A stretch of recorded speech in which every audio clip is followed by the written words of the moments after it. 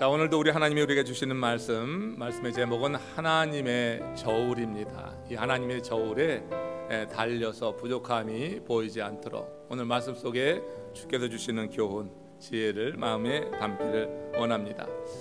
얼마 전에 한화그룹에서, 한국의 한화그룹이라고 알죠? 면접을 치르는데 그 면접에서 실제로 나왔던 문제 가운데 이런 질문이 있습니다. 당신에게 살 날이 하루밖에 남지 않았다고 하면 무엇을 가장 하고 싶습니까? 하는 그런 질문이에요. 자, 여러분들도 속으로 한번 대답을 해보시면서 오늘 말씀 한번 이 도입부를 한번 생각해 봅시다. 여러 가지 답이 있었는데 그 가운데 이런 답이 있습니다. 나는 사진을 찍고 싶습니다. 마지막으로 남기는 제 사진은 환하게 웃는 얼굴로 남기겠습니다. 그래서 그 사진 하나로 제 삶이 아름다웠다고 말하고 싶습니다. 여러분, 그 면접 시험관이 질문을 던졌을 때는 그 지원자가 삶을 대하는 관점이나 그 태도에 대해서 듣기를 원했던 거죠. 자, 그런데 여러분, 이 대답에 대해서 여러분들은 이 지원자가 삶을 대하는 태도가 어떻다고 생각하십니까? 여러분, 이 질문에 대한 답이 그래도 좀 괜찮다고 생각하세요? 자, 이 질문을 던졌고 지원자는 이런 대답을 했단 말이에요. 사진을 찍는데 환하게 웃어서 그 사진 하나로 제 삶이 아름다웠다고 말하고 싶습니다. 저는 이 대답을 보면서 그런 생각을 해봤어요. 이 지원자는 남을 많이 의식하며 사는구나, 그렇게 살아왔구나, 그런 생각을 해봤습니다. 물론 남을 무시하고 사는 것도 잘못됐지만 너무 의식하는 것도 그것도 문제인데, 마지막 그 삶을 정리하고 하루를 보낼 때 사진 찍는데 환하게 웃어서 자기가 살아온 삶이 아름다웠다, 그만하면 잘 살았다고 하는 것을 말하고 싶은 그 심리가 여기 담겨 있다고 하는 건데요. 이 질문은 사실은 우리 감리교의 창시자인 요한 웨슬리 목사님이 누군가에게 받은 질문 같습니다. 그러니까 오리지널 질문은 이거예요. 당신이 오늘 밤 12시에 죽는다고 하면 오늘 하루 동안 무엇을 하시겠습니까? 이 질문이 오리지널 질문입니다. 한화에서 이 질문을 그렇게 바꿔서 던진 거고요. 결국 얼마 남지 않았다고 생각하면 무엇을 가장 하고 싶습니까? 하는 그런 공통된 질문이 되겠어요. 웨슬리 목사님은 뭐라고 대답하냐면 이렇게 대답했어요. 나는 다른 날과 똑같이 강의 준비를 하겠습니다. 그리고 다른 날보다 30분 일찍 잠자리에 들겠습니다. 여러분, 어떤 대답이 우리 크리스천 입장에서 정말 더 마음에 와닿고 합당한 대답으로 들립니까? 여러분, 이 웨슬리 목사님이 하신 그 대답은 우리가 고백해야 될 그런 대답이 아닐까. 웨슬리 목사님은 마지막 그 시간까지 최선을 다해서 산다고 하는 거예요. 우리가 예수를 믿고 영원한 나를 바라보지만 뜬구름 잡듯이 그렇게 이 세상과 등을 지고 사는 것이 아닙니다. 최선을 다해서 주어진 삶을 사는 거예요. 그러니까 오늘 밤에 12시에 내가 생애를 끝난다고 하면 다른 날과 똑같이 나는 살겠다고 하는 거예요. 다만 30분 일찍 잠자리에 든다고 하는 것은 이 생에 대한 그런 집착이 없다고 하는 것입니다. 이 생에 대해서 강한 집착은 없고 그의 삶의 시선이 영원한 삶을 향하고 있다고 하는 것을 보여주는 것 아니겠어요? 그러니까 우리 믿는 사람들은 이 땅에서 열심히는 살 때 이 세상에 완전히 눌러붙어 살 생각은 하지 말라. 우리가 영원히 바라볼 것은 어디냐? 그것은 영원한 삶, 천국의 삶이라고 하는 것을 우리는 목사님의 대답을 통해서 마음에 새겨야지 될 거예요. 좋은 사진 한 장 나눠서 남겨서 다른 사람들이 나 잘 살았다 그렇게 말해주는 거 떠나고 난 다음에 무슨 소용이 있어요? 뭐 가족들에게 도움이 될지 모르겠어요. 그러나 하나님 앞에 설 때는 그것이 무용한 것입니다.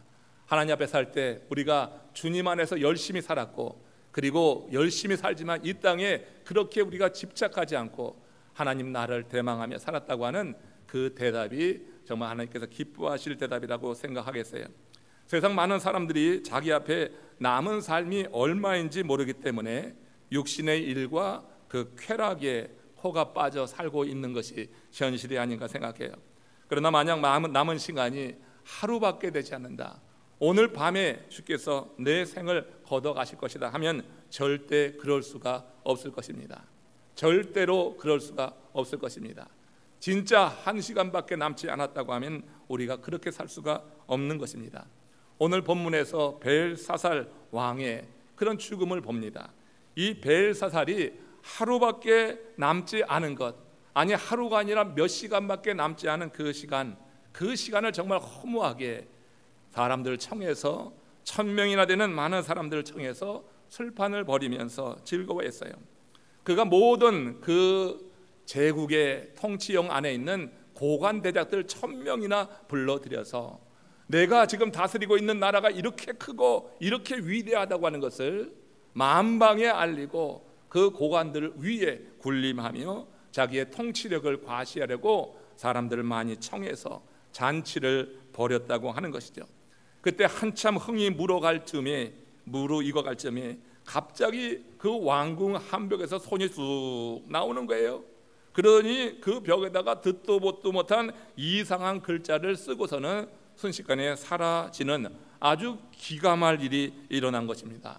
거기에 무슨 글이 쓰여져 있었느냐? 다니엘서 5장 25절에 보니까 거기 쓰여진 글을 이렇게 말씀하고 있어요. 기록된 글자는 이것이니 곧 메네 데겔 우바르시니라. 벽에 쓰인 것은 이 뜬모를 그리었다고 하는 거예요. 이 기막힌 일을 직접 목도한 벨사살 왕 너무너무 놀라서 넋이 나갔어요. 우리말로 그야말로 사시나무 떨듯이 하는 그 장면을 한번 보십시오. 다니엘서 5장 6절에 오늘 보면 끝절에 이렇게 기록이 됩니다. 이에 왕의 즐기던 얼굴빛이 변하고 그 생각이 번민하여 넓적다리 마디가 녹는 듯하고 그의 무릎이 서로 부딪히는지라. 그야말로 사시나무 떨듯이 떨고 있어요. 당시 천하를 호령하던 그런 바벨론의 왕입니다. 당대 최고의 나라, 강대한 나라 바벨론입니다. 이 바벨론 앞에 많은 그런 식민지가 있었고 그 많은 식민지를 통치하던 왕이었어요.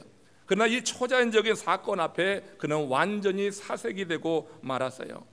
벨사살은 급히 나라 안에 모든 술객과 술사, 점쟁이, 박사들을 다 불러 모았습니다. 그리고 많은 상급을 제시하고 높은 지위를 약속하면서 이 글을 해석하라고 하는 거예요. 그러나 누구도 그 글을 해석하지 못했습니다. 벨사살은 더욱 초조해져 갔어요. 이때 그의 초조한 모습, 사시나무 떨듯이 두려워하는 그를 바라보던 왕비가 선왕 느부갓네살 왕의 꿈을 해몽했던 다니엘을 청구해 주는 겁니다. 당신의 아버지 느부갓네살 왕이 그 꿈을 꾸고 해몽하지 못해서 두려워했었는데 그때 다니엘이 그 꿈을 해몽했던 거 아시지 않냐 하면서 다니엘을 청구한 거예요. 왕의 불안한 마음을 달래면서 다니엘이라고 하면 능히 이 글을 해석할 수 있을 것입니다. 그를 격려했어요. 벨사살이 다니엘을 급히 불러들였습니다. 그리고 그에게 많은 상금을 제시하고 또 높은 지위, 그 권력 안에, 그 제국 안에서 3번째 자리에 앉게 하겠다, 그렇게 약속을 하면서 이 글을 해석해 보라고 제안했어요. 자, 이제 권력과 돈을 한 번에 다 거머쥘 수 있는 순간이 되었어요. 여러분, 이런 순간이라고 하면 우리는 어떻게 할까요? 이제 여러분, 이 모든 권력과 상금을 한 손에 거머쥘 수 있는 시간, 거기다가 다니엘이 그 글을 보는 순간에 대본의 그 뜻이 무엇인지 알겠는 거예요. 성령 하나님의 신이 이 다니엘의 눈을 열어서 그 글을 해석하게 하셨어요. 하나님이 계시해 주는 거예요. 대본에 이 글이 어떤 글이다 하는 것을 알 수 있었어요. 이 손만 내밀게 되면 뭐예요? 권력과 돈을 한 번에 잡을 수 있는 절호의 기회가 그 앞에 놓여진 것입니다. 그러나 하나님의 사람 이 다니엘은요, 왕의 제안한 그 상금과 자리에는 별 관심이 없었어요. 이렇게 말하는 것입니다. 다니엘서 5장 17절에서 다니엘이 벨사살 왕에게 하는 말을 함께 읽겠습니다. 시작. 다니엘이 왕에게 대답하여 이르되 왕의 예물은 왕이 친히 가지시며 왕의 상급은 다른 사람에게 주옵소서. 그럴지라도 내가 왕을 위하여 이 글을 읽으며 그 해석을 아뢰리이다. 여러분, 지금 이 다니엘이 왕의 제안 때문에, 왕이 상금을 걸고 왕이 자리를 걸었기 때문에 해석하는 것이 아니라 이것이 지금 내가 해야 될 일이기 때문에 해석합니다. 이런 얘기가 되는 거예요. 지금 이 다니엘이 그 글을 보는 순간에 하나님께서 그 글의 뜻을 해석할 수 있도록 눈을 열어준 것을 알았기 때문에 왕의 제안으로 상금의 눈이 어두워서 자리의 눈이 어두워서 하는 것이 아니다. 그런 것은 친히 왕이 가지시고 그 상금은 다른 사람에게 주시오. 지금 다니엘은 그런 상금 물질이나 자리에 연연하지 않았어요. 다시 말해서 그는 자신이 하나님의 대언자로서 하나님이 하신 말씀을 전할 뿐이다. 그 내용을 보니까 이게 벨사살 왕에게 하는 말이거든요. 아무도 알 수 없었지만 이 다니엘은 알았어요. 그래서 이거 당신에게 하는 말이니까 내가 전하는 것이다. 내가 상금 받고 자리에 눈이 어두워서 하면은 이거 내가 큰 화를 당할 것이다 하는 마음이 있었을 거예요. 그래서 그것을 그냥 해석하겠다고 하는 거예요. 사실 여러분, 그가 세상적인 탐욕이 있는 사람이라고 하면 하나님이 당신의 뜻을 알리지도 않았을 거예요. 세상적으로 물질에 욕심이 있고 자리에나 욕심이 있으면은 하나님이 그 글의 의미를 알려주실 리가 없는 거죠. 그 마음밭이 얼마나 여러분 온전했는지 하나님이 이 다니엘을 통하여서 하나님의 일을 이루게 하기 위해서 다니엘의 눈을 열어 주셨다고 하는 거예요. 하나님의 일을 위해서 우리가 쓰임 받을 때 하나님이 어떤 사람들을 쓰느냐, 오늘 이 다니엘 이야기를 통하여서 우리가 마음에 새겨지게 될 거예요. 여러분, 하나님의 일을 하면 세상 일 안 될 것 같습니까? 하나님이 일한 세상 일 하나님이 필요하시면은 하나님께서 복을 더하여 주시고 갑절이나 더욱더 허락해 주실 줄로 믿습니다. 하나님께서 날 부르시는 것을 두려워하지 마세요. 하나님께서 나를 통하여서 일하신다고 할 때 여러분 염려하지 마세요. 그 시간을 어떻게 할까? 그 다음에 내가 얼마나 헌신해야 될까? 염려하지 마세요. 하나님께서 행하시는 일은 하나님께서 책임지시는 것입니다. 우리 하나님께서 이 다니엘에게 이와 같이 그의 뜻을 일러주시고, 그리고 이제 그 벨사살에게 이제 전하라고 하는 것, 그 다니엘의 마음이 어떠했는지를 우리는 생각해 보는 것입니다. 제가 졸업한 남감리대학 신학대학원에서 신약을 가르치시는 교수님이 한 분 계세요. 버질 하워드라고 하는 교수님인데 굉장히 유명한 교수님이십니다.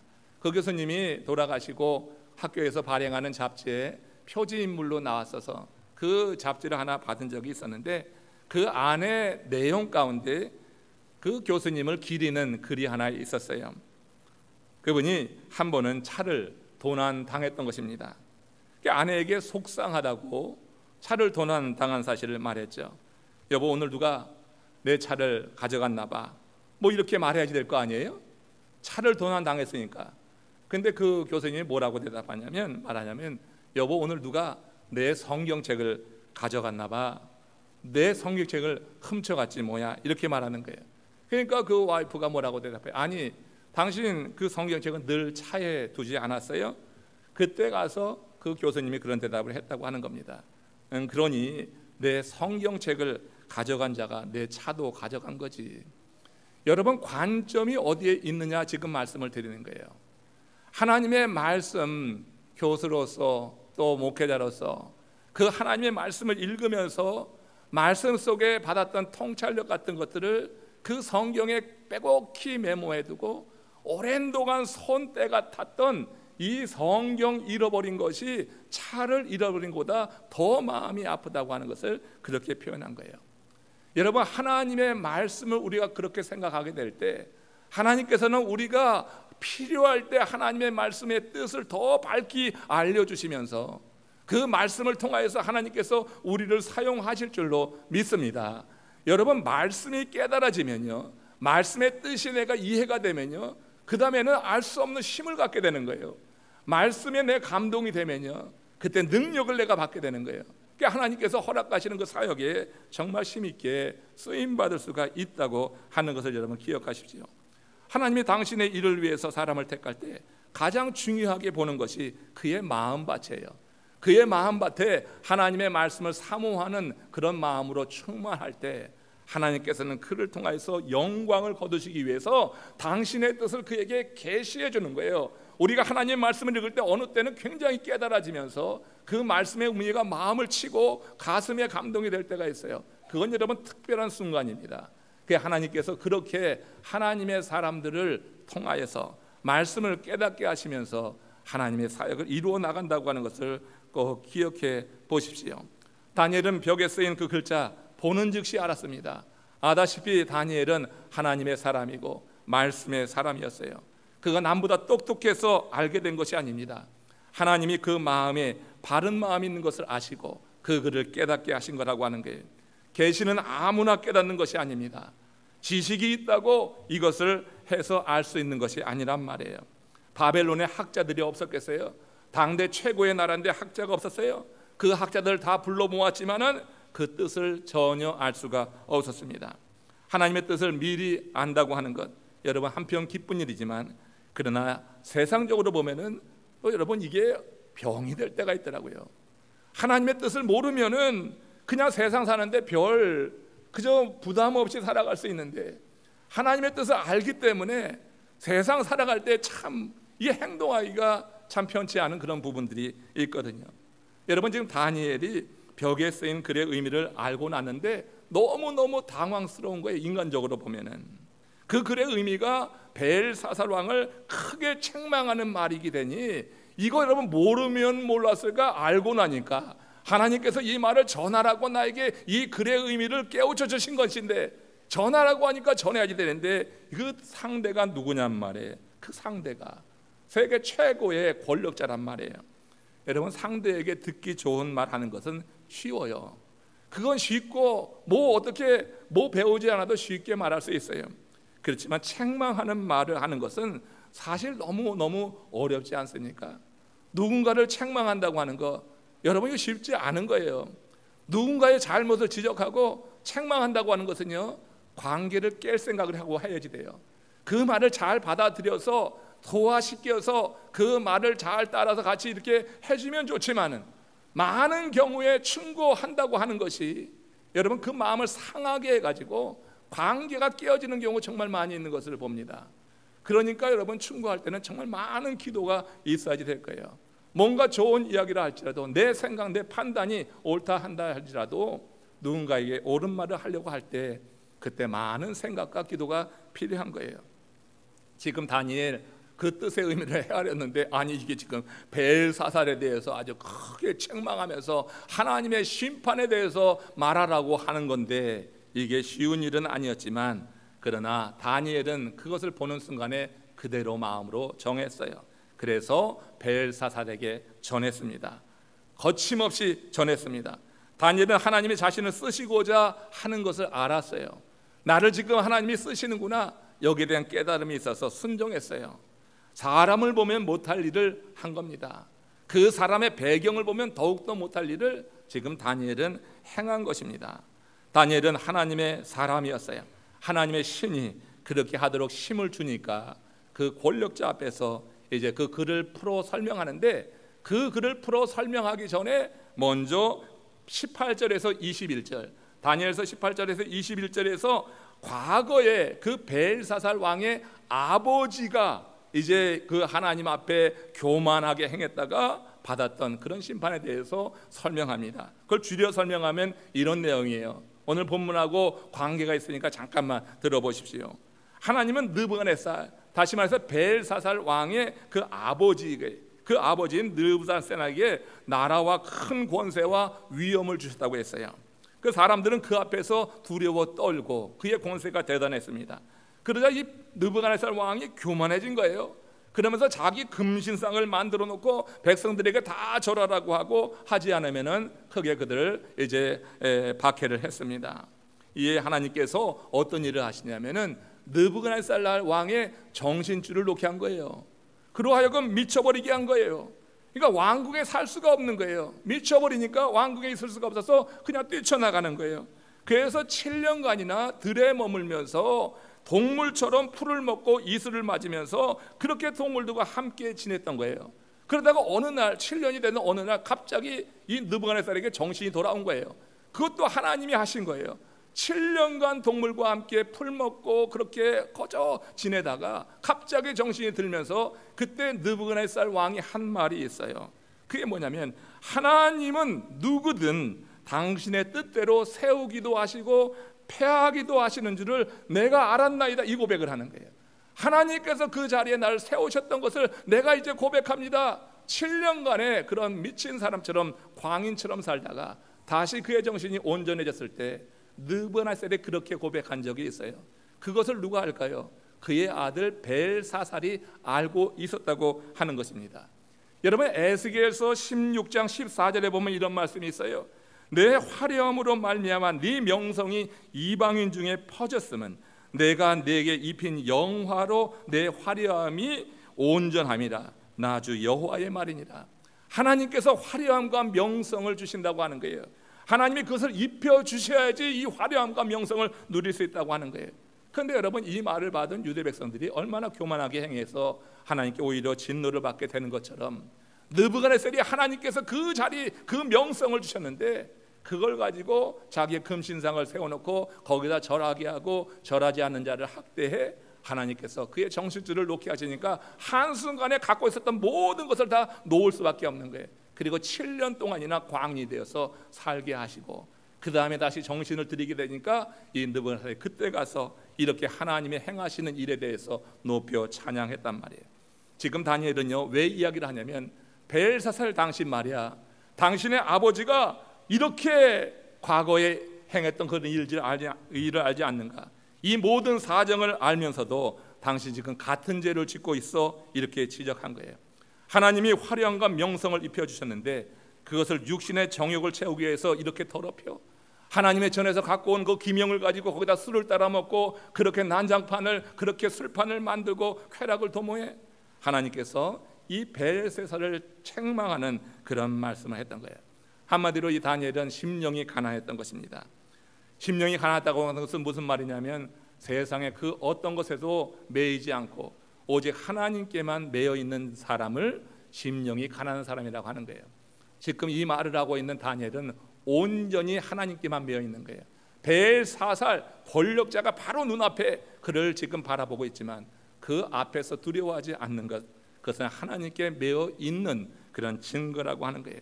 그래서 그 벨사살을 향하여서 이제 이렇게 말하는데 우리 같이 읽어봅시다. 다니엘서 5장 22절에서 23절 말씀입니다. 다 같이 합독하겠습니다. 시작.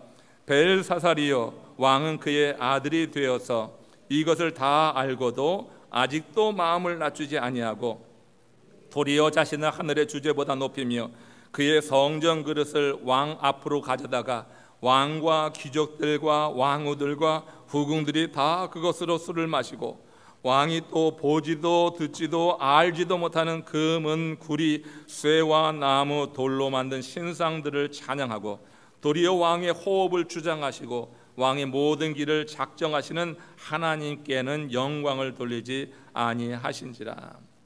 하나님이 심판하신 죄를 분명히 알면서도 그 아버지를 통하여서 봤으면서도 다시 반복해 범하는 이 죄, 지금 다니엘은 바로 이 벨사살이 이런 큰 죄를 지었다고 그 면전에서 지목한 거예요.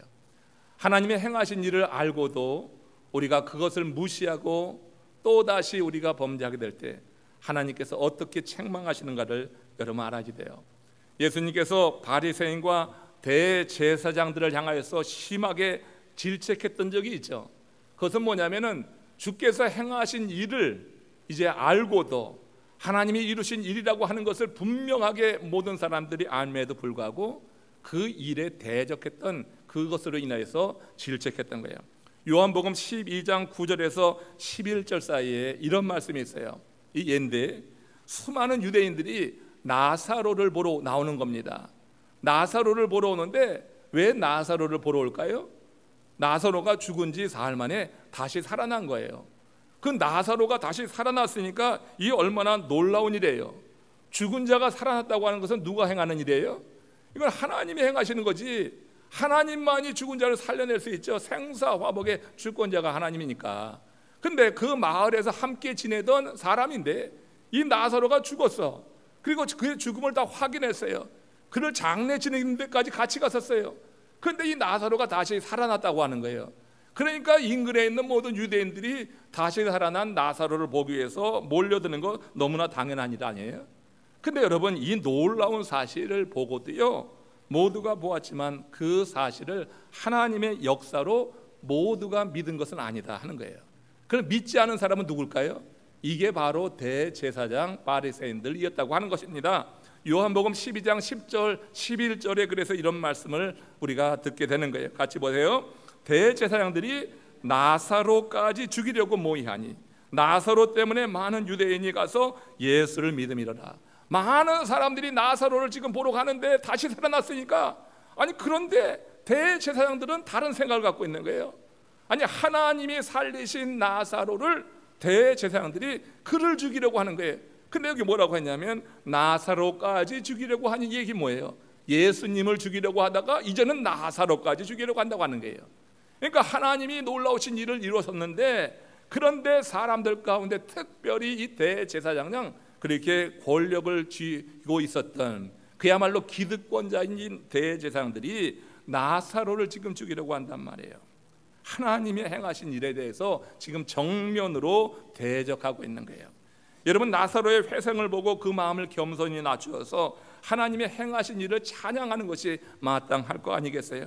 그러나 그들은 지금 집단적으로 악령에 사로잡혀서 마음이 완악해져서 이런 악행을 행하고 있는데, 그 이유가 지금 뭐라고 하는 거예요? 여기 보세요. 나사로 때문에 뭐라 그랬어요? 많은 유대인이 가서 예수를 믿음이로라. 내 수하에 있던 자들이 예수님을 인하여서 다 글로 몰려가는 거예요. 기득권을 이룬다고 하는 거예요. 여러분, 하나님이 이루신 일이 그렇게 위대하고 놀랍지만 인간이 이렇게 악한 거예요. 인간은 자기에게 해가 되면은 하나님이 이루신 일이고 말씀이고 다 소용없는 거예요. 믿노라고 하면서도요, 하나님의 그 영광을 생각하기보다는 내 자신의 유익과 안일과 당장의 어떤 편리를 위해서 우리 하나님의 말씀을 무시할 때가 정말 많이 있는 거예요. 대제사장이 이렇게 나사로 때문에 많은 유대인들이 예수를 믿음이로라, 예수에게 나가는 것을 보면서 참을 수가 없는 거예요. 그래서 예수만 죽이려고 하다가 예수님이 살려낸 곧 하나님의 행하신 나사로를까지 포함해서 다 죽이려고 하는 이런 악한 모의를 행하고 있다고 하는 것, 여러분 우리가 심각하게 생각해야 됩니다.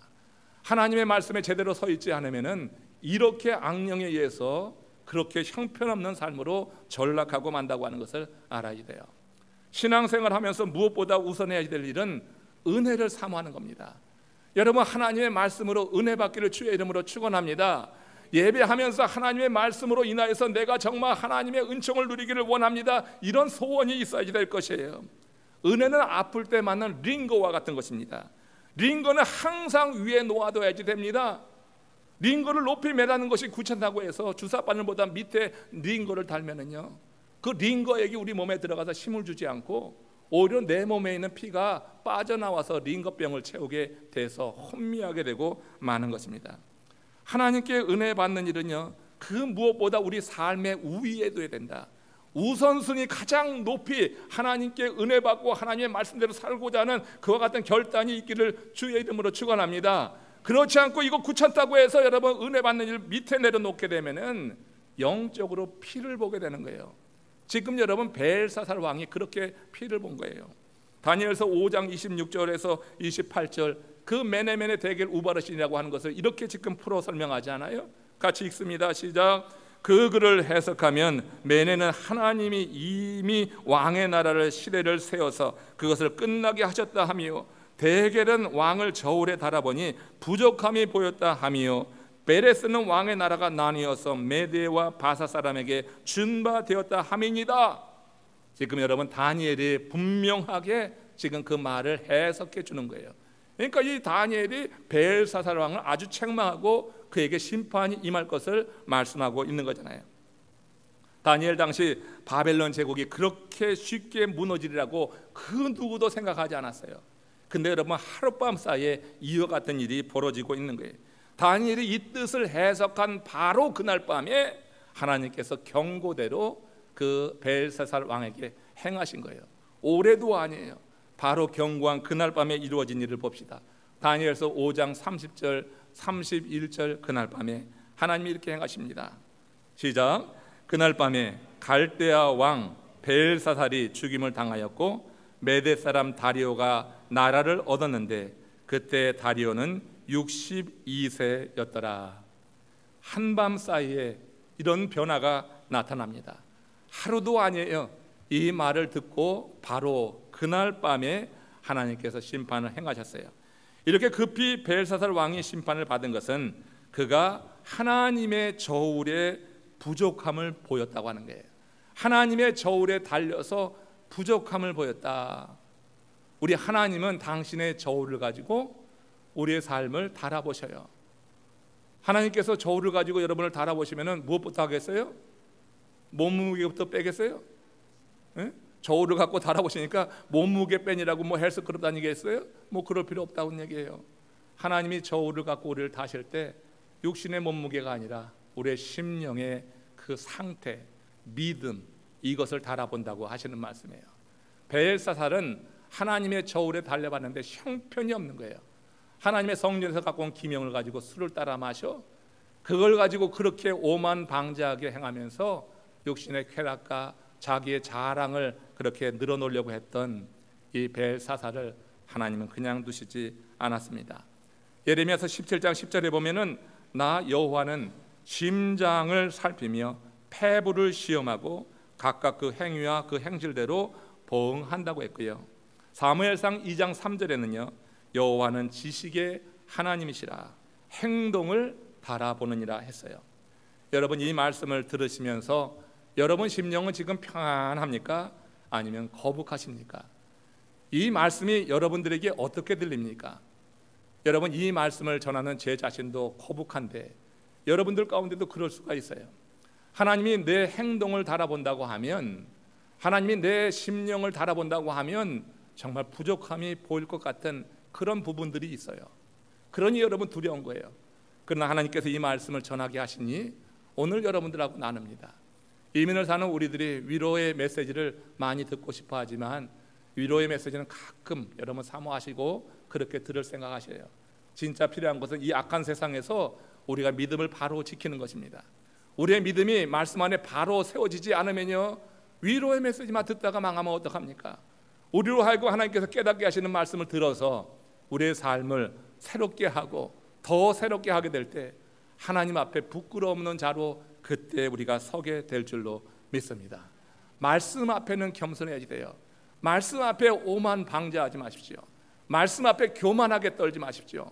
하나님의 말씀 앞에 우리 자신을 정말 낮추고 그 말씀을 통해서 내가 살고자 하는 겸비한 마음을 가져야지 하나님께서 그 삶을 높여주시는 거예요. 말씀 위에 내가 서려다가 피보는 거예요. 말씀 밑에 내가 서고 하나님께서 그 말씀으로 날 통치하시고 다스려서 그 삶 속에 하나님의 하신 증거가 있는 삶을 사는 것이야말로 인생을 가장 잘 산 것이다 하는 겁니다. 말씀을 마무리합니다. 세계적 복음 전도자 빌리 그리함 목사님 이런 말씀을 마지막으로 남기셨습니다. 그 남긴 말씀 가운데 내가 구원받은 것은 수많은 사람을 전도했기 때문이 아니라 내가 죄인이기 때문입니다. 사람을 전도해서 많은 사람을 전도해서가 아니라 내가 죄인이다. 그래서 나는 구원받았다. 내가 죄인이라고 하는 것을 아니까 회개하고 회개하니까 구원에 이르게 되는 거다. 내가 한 행위가 아니라 내 스스로 내 자신을 알고 죄인이라고 고백하는 이런 겸비함, 이것이 구원받은 이유가 되는 거예요. 자신이 죄인임을 아는 사람은 교만하게 행하지 않습니다. 하나님 말씀 앞에 교만 떨지 않습니다. 진짜 하나님의 말씀 앞에 겸손하게 살 수밖에 없습니다. 그래서 그 하나님의 말씀을 청종하게 될 거예요. 무엇보다 항상 하나님의 은혜를 먼저 구하고 하나님은 바로 이런 사람들을 택해 쓰시는 이 아름다운 영적인 선순환을 통하여서 삶의 의미가 깊어지고 그 삶 속에 하나님의 일을 보게 된다고 하는 거예요. 그리고 그들이 바로 마지막 날에 세상의 미련을 뒤로하고 먼저 30분 일찍 잠자리에 들 수 있는 사람이 아닐까. 좀 더 살려고 아둥바둥하는 것이 아니라 30분 일찍 마음 정리하고 그 시간을 기다리면서 하나님 나라에 들어가는 것을 소망하는 그런 사람을 하나님께서 어떻게 안 쓰시겠어요? 그런 삶이 우리에게 있기를 원해요. 하나님 나라에 입성하기 전에 하나님의 저울에 달릴 때 부족함이 없어야 되죠. 우린 지금 달리면 당장 부족함이 보일 사람들 많이 있습니다. 그러나 우리가 살아있는 동안에 우리가 행하는 일은 성화되는 거예요. sanctify 되는 거예요. 성화 과정을 통해서 우리가 날마다 우리 자신을 말씀 앞에 거룩하게 세워나갈 때 하나님 부르시는 그때 저울에 달려도 부족함이 없는 모습이 되지 않을까. 주님이 오시는 것을 지금 내가 조금 지체해달라고 요청한다고 하면 아직 내가 성숙하지 못했고 성화되지 못해서 좀 지체해달라고 요구하는 것이 돼야지. 주님, 아직 내가 지금 누릴 게 너무 많아요. 내가 잃을 게 너무 많아요. 그동안 이거 싼 일하고 얼마나 수고했는데 이거 다 두고 가기 너무나 아쉬워요. 그러니 천천히 오세요. 이게 아니라 아직 내가 성화되지 못했는데 주님, 조금 더 내가 좀 더 하나님의 저울에 달려서 부족함 없도록 내 자신을 쳐서 복종하며 거룩함으로 옷 입히겠습니다. 그러니 조금만 지체해 주세요. 이렇게 기도하면 기쁘게 받으시지 않을까. 하나님의 은혜가 우리 모두의 위에 여러분 골고루 임하기를 원하고요. 이번 40일 특별 성회를 통해서 바로 그런 은혜를 사모하는 죄의 종들이 함께 주님 앞에 나와서 겸비한 옷을 입고 말씀으로 새롭게, 기도로 새롭게, 더 새롭게 되어지는 시간 되기를 주님의 이름으로 축원합니다. 고개 숙여서 함께 기도합시다. 하나님의 은혜가 우리 가운데 그리 임하길 원합니다. 하나님, 주님 앞에 설 때 부끄러움 없지 않도록, 그 저울에 달릴 때 정말 부족함이 보이지 않도록 우리의 삶을 주장하여 주시옵소서. 하나님의 은혜를 구하며 다 같이 합심으로 기도하시겠습니다.